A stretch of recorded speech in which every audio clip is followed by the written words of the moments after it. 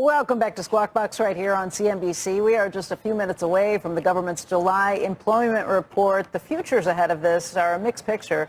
Dow's gotten a little weaker recently. It's down by about 135 points. NASDAQ futures up by 102.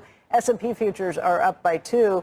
Treasury is ahead of that number. We've seen yields a little weaker, and that continues with the 10-year at 4.13 and the 2-year at 3.56. Right now we want to bring in our jobs panel. Our panel of experts. Steve Leisman's here. So is Rick Santelli. Also joining us this morning is Allison Schrager. She's a senior fellow at the Manhattan Institute. Betsy Stevenson is professor of economics at the University of Michigan. Sarah Malik is chief investment officer and head of equities and fixed income at Nuveen. And folks, welcome to everybody. There's a little bit of a weird message out there. The data retrieval tools are currently not available, it says on the U.S. Bureau of Labor Statistics. Steve, what's that mean? You got any answers? I don't think it's a big deal. I think they often bring those data retrieval tools down just before the number. My clicking on the website found it was fine. Okay. I called BLS, no response yet, but I think we're going to be okay. Very quickly, the estimate is? 75,000. 75,000, and we got a weaker than anticipated ADP report yesterday. I don't know how that matches 54 up. right in there. We're going to have to be talking a lot about ratios rather than the actual payroll number, because we're going to also talking about the break-even rate. In other words, the payroll number may no longer be, because of immigration and deportations and other things going on in the labor force, it may no longer be the best measure of the health of the job market. Right. You have to watch the unemployment report, and a weaker number than we were traditionally used to getting could mean no increases in the unemployment rate. Both sides of the fraction. You could do 30 and no change in the unemployment rate. All right. We are just a few seconds away from that August employment number. Rick Santelli is standing by. He's been watching all of this as we get ready to go to this number. Rick, we're going to send it over to you.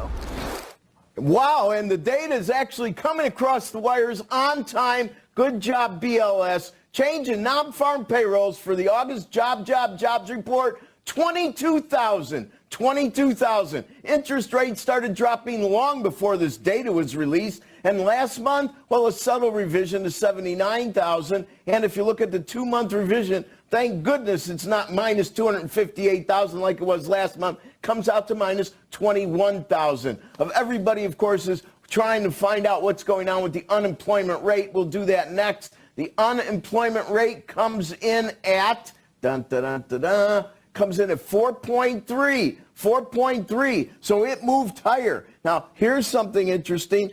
What's the comp? We haven't had a rate that high going all the way back to 2021 when it was 4.5. So you could see that the way it dropped really was quite incredible. We went from 4.2 to 4.5 in November-October period of 2021. Now let's go at average hourly earnings up 0.3. Very solid, very much as expected. If we look at year over year, 3.7, losing some steam. 3.8 was expected. 3.9 was in the rearview mirror. So 3.7, that would definitely take us back also to mid-2021 to find a comp there. Hours worked. Many people are counting on this to give them some early clues, thinking hours are going to drop a bit before people potentially get fired. There's two ways to look at it. Maybe you give your remaining people more hours before you hire people. I think it could go either way. It comes in at 34.2. That would be the second lowest of the year. We've had several. 34.1 is where we started the year. So 34.2, kind of figures right in there. And finally, let's look at some of the other numbers we like to pay very close attention to. If we look at the labor force participation rate, and this has not been a good thing. It really has been moving down. We were at 62.6 at the beginning of the year. We're now at 62.3. That's 1/10 better than expected, 1/10 better than the rearview mirror, equals where we were in June. To find a higher one, you have to go to May at 62.4. As I said, it's been steadily moving lower. And finally, we go from 4.3, which is known as U3, the unemployment rate, to U6, which is called the underemployment rate. That zoomed up here also to 8.1%. 8.1% would be the high of the year. Matter of fact, once again, where are we going to find a comp? We're going to the fall of 2021. Interest rates, when about 5 minutes in front of the number, we're hovering around 413 in a 10. They got down as low as what looks like on the chart 409. We're currently hovering at 411. Maybe the best bit of information I could toss out there is we closed at 423 last week, and the low close of the year is like 3.9999. We'll call it 4%. That's what everyone's going to be watching, not only on an intraday basis, but more importantly on a closing basis. And once again, I don't care how soft the data is, debt and deficits may weigh in on if we can actually close under that very key level. Back to the panel. Okay.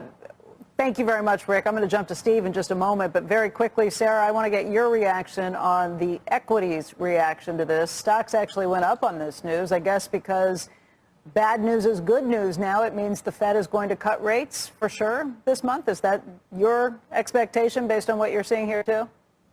This gives the Fed the green light to cut by 25 basis points, and I think it's going to bring 50 basis points of rate cuts on the table for the September FOMC meeting, and that's why markets are positive. Not only is payrolls exhibiting a huge miss here, but average hourly earnings are not up more than markets expect. So I think they can get by with understanding that the employment market is cracking, and often if you wait too long while employment markets crack, it can lead to a recession. So they may preemptively do that 50 basis point rate cut, which is what we saw last September in 2024, because average hourly earnings are not too high. Now, the next data point we need to be concerned about is CPI next week. If that number comes in not too hot, I think you're going to get 25 or 50 in September, and that's why equity markets are rallying.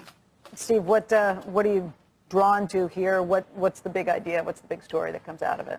Well, I am looking at that 50, not much trade at the moment on the 50 basis point trade, 0.4% probability, it's 100%. What has happened, however, is a big change to thinking about October. Okay. October is now 80%, and if you'll give me a second, I'll tell you what it was just before the number. It was 61%. So a 20 percentage point increase in the trade for an October quarter point rate right, cut. meaning this is not one and done. Right, but then I want to see whether or not they're now baking in, yes. Okay, so here's where we're at now. We're now thinking about 3 cuts this year, 75 basis points worth of cuts. Before we were talking about 50, so we've added a quarter point. Now, do they have 4 meetings left? September, there's October, only 3 left. There's only 3 left. So every meeting now is now believed to be the case. That is the trade. We'll see a lot, as Rick has always pointed out, a lot of noise right after the number comes up. We'll see how it settles down. September, October, December, are those the 3 meetings? September, October, December. Yes, Yeah, correct. Okay, so private 38. Okay, because here's what's happening. A steady drumbeat of job losses at the federal government level. You can say this is extreme, or you can say the data kind of supports this. We're getting back to a place we were before the pandemic, right? There was a pretty good surge under the Biden administration, so we're bringing that back down, at least the federal government level. It's, I have that number now, I just calculated it, 88,000 jobs lost in the federal government ex-Postal Service since the beginning of the year, 88,000, okay? What other numbers are interesting to me? Manufacturing minus 12, and there's been a steady drumbeat of losses in the manufacturing sector. I think one of the warning signs here is these tariffs, which are sort of designed to help manufacturing, could be hurting manufacturing because of a rise in input prices in the manufacturing sector, as well as a potential slowdown in the economy. Goods sector overall minus 25. Private education, healthcare 46. And then one other number here, goods overall. I wanted to just check one other thing, which was the professional and business services minus 17. A lot of minus signs here is all I can tell you. I did want to check health and leisure and hospitality up 28. So that's okay. The big story, I think, is this debate, and I'm fascinated with what Allison and Betsy have to say about this. You're now down to, and I'll give you this number here, a 3-month moving average of something like 23,000 average payroll growth over the last 3 months. Over that time period, you've ticked up the unemployment rate by 0.2. That 20x thousand, or let's call it 38,000 right now, could be close to the right run rate to put to, if you include the decline of immigration and increase of deportations, the break-even rate, the steady unemployment rate. Maybe it's 50, maybe it's 60, but it's not far off where we are right now. If this is the policy you want, then that's the policy you get. The big caveat to everything I've said here, August is a terribly noisy number. Because? We keep revising it. I don't know exactly why. It may be because it's a shoulder month on the education side. Got to get to the panel, but it's just a number that is often revised higher. Okay. And it's often a number that the street misses. I'll leave it there. All right, Betsy, why don't you weigh in on some of these questions that Steve just raised, what you think it takes to be the break-even level for the employment market at this point? So let's start with that August is a terrible month. It's true historically, August gets revised up, although the BLS seems to have wrapped their head around that in recent years because it's actually been revised down over the last 2 or 3 years. So I don't know how much weight to put on the revisions. My guess is the reason it's a terrible month is everybody's on vacation and then they're trying to get their kids back to school. And so employers are just late sending their payroll data in.